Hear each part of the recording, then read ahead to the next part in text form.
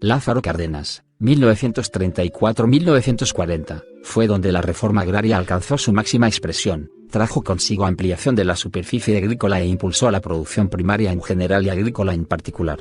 Asimismo, fue en este sexenio presidencial donde se fundó la CTM, Confederación de Trabajadores de México, específicamente en el año de 1936. Manuel Ávila Camacho, 1940-1946, su sexenio fue paralelo al contexto de la Segunda Guerra Mundial. Su mandato inició con ideologías en contra del cardenismo a partir de problemas del experimento colectivista, ya que el problema agrario dividía a los mexicanos, pues esta problemática se explicaba porque los campesinos eran el ganado de la revolución. La CTM logra establecer una nueva relación entre trabajadores y el gobierno. Se gestan condiciones de proceso de industrialización. México aplica tarifas arancelarias.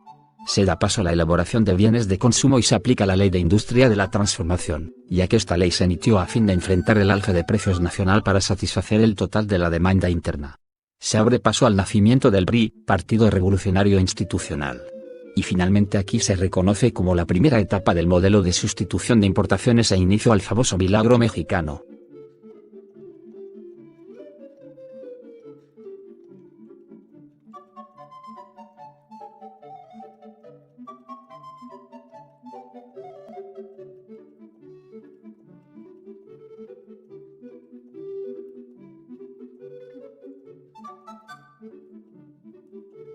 Miguel Alemán, 1946-1952, conocido también como el cachorro de la revolución, llenó su gabinete de universitarios, y aquí, en este sexenio, arranca propiamente la industrialización por sustitución de importaciones. Se dividieron enormes extensiones de tierra en predios. Hubo cooperación entre clases sociales. Se conoció la etapa civil de la vida mexicana. Dicho presidente junto al PRI crearon nuevos proyectos para la industrialización y el crecimiento económico. Se exportan productos. Hay modernización del país, donde son necesarias, inversiones, obras de riego, creación de carreteras y escuelas. Además, se fomenta el crecimiento agrícola para exportar productos y satisfacer las demandas de la población, así como las importaciones de bienes intermedios y de capital que requería la industrialización.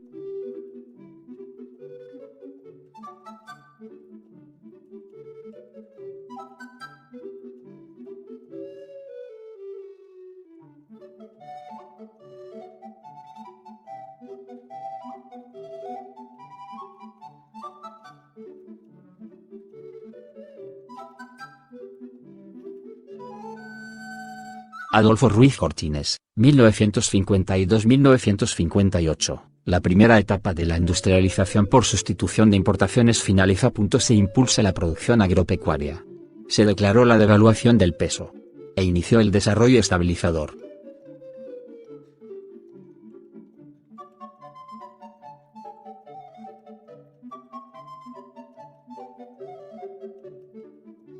Durante este proceso nace la clase media. Es en esta etapa cuando aumenta notablemente la población y el nivel de vida, se revolucionan los transportes, tanto marítimos como terrestres, y siguen los progresos técnicos en los medios de producción.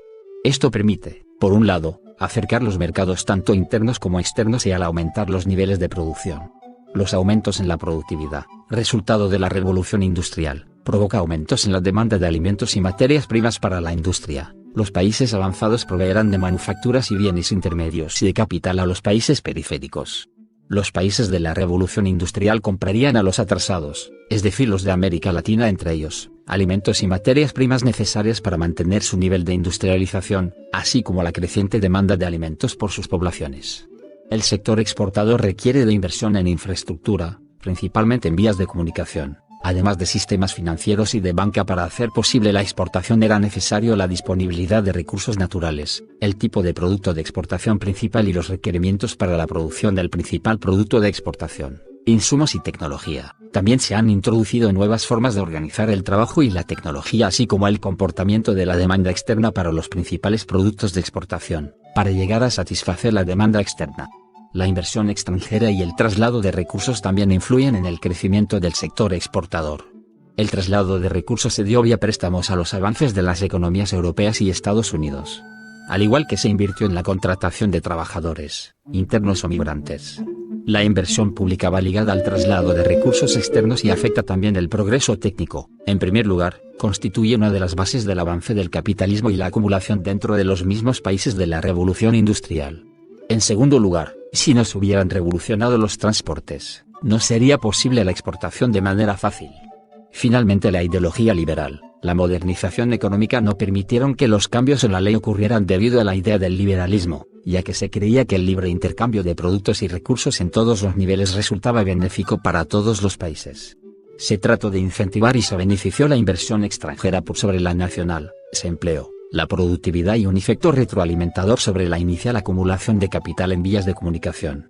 Los países, así como los capitalistas, empresarios y comerciantes del sector, se satisface esencialmente con productos importados. El sector público puede gastar sus ingresos principalmente en el pago del servicio de la deuda, inversión pública, infraestructura para el sector exportador o en los otros sectores económicos, ferrocarriles, caminos, puertos. El aumento en la producción se llevó a cabo principalmente por medios extensivos, añadiendo más tierras cultivables y más hombres para trabajarlas.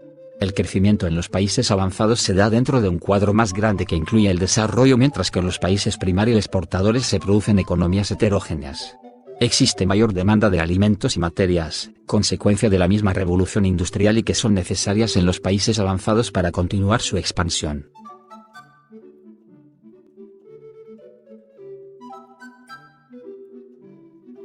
En 1810, México entra en la Guerra de Independencia y su crecimiento económico cae abrumadoramente, no solo durante el tiempo que duró la lucha, sino por 50 años más debido a la inestabilidad económica, social y política, afectando a todos los sectores económicos del país. A finales de 1870 se observa un crecimiento estable en la economía, de tal manera que el país retoma su ruta de crecimiento de una manera firme y rápida, pero con resultados no deseables en la distribución del ingreso y de la riqueza. Llega Porfirio Díaz a la presidencia del país. Porfirio Díaz propició la creación de un Estado fuerte, orientado a transformar al país en una nación industrializada, por lo que recurrió a medidas como promoción de la inversión, subsidios y exenciones de impuestos, una reforma fiscal, aumentar la recaudación de recursos. Durante el periodo del Porfiriato, el sector servicios sufre una fuerte transformación por dos factores: 1. Nuevas tecnologías que incentivan el sector. 2. La desmesurada privatización de la tierra. El impacto que tuvo en el sector servicios con la llegada de la nueva tecnología, tuvo que ver con que para hacer realidad la industrialización era necesario crear la infraestructura que la propiciara, por lo que se comenzó a atraer inversión para ampliar la red de comunicaciones ya existentes, por ejemplo, el servicio telegráfico, y para introducir tecnología reciente desarrollada, como la telefonía. La construcción de la red ferroviaria permitió la reducción de los costos del transporte y la integración en las redes regionales, aumentando el mercado interno y el comercio. La desmesurada privatización de la tierra, que se debió a que la administración de Díaz redistribuyó de una manera acelerada las tierras federales, estimuló la creación de grandes latifundios, además de provocar el desplazamiento de los indígenas de sus tierras de cultivo. De esta manera, los indígenas desposeídos de sus tierras junto con los arrieros, cuyos servicios de traslado fueron sustituidos por el ferrocarril, los artesanos cuyos trabajos fueron desplazados por la llegada de industrias modernas, ocasionaron una emigración masiva hacia la ciudad en busca de empleo. El modelo económico primario exportador llegó a su agotamiento en la década de los años 30 del siglo XX debido a la crisis mundial, conocida como la Gran Depresión. Esta serie de fenómenos llevaron a la disminución de entrada de divisas a México, que se tradujo en una caída de los ingresos del gobierno y en la reducción de las importaciones, junto con el descenso de las inversiones y los préstamos extranjeros, provocando consecuencias económicas y políticas, por lo que se crearon nuevos vínculos entre el país y la economía mundial, implicando el fin de dicho modelo económico.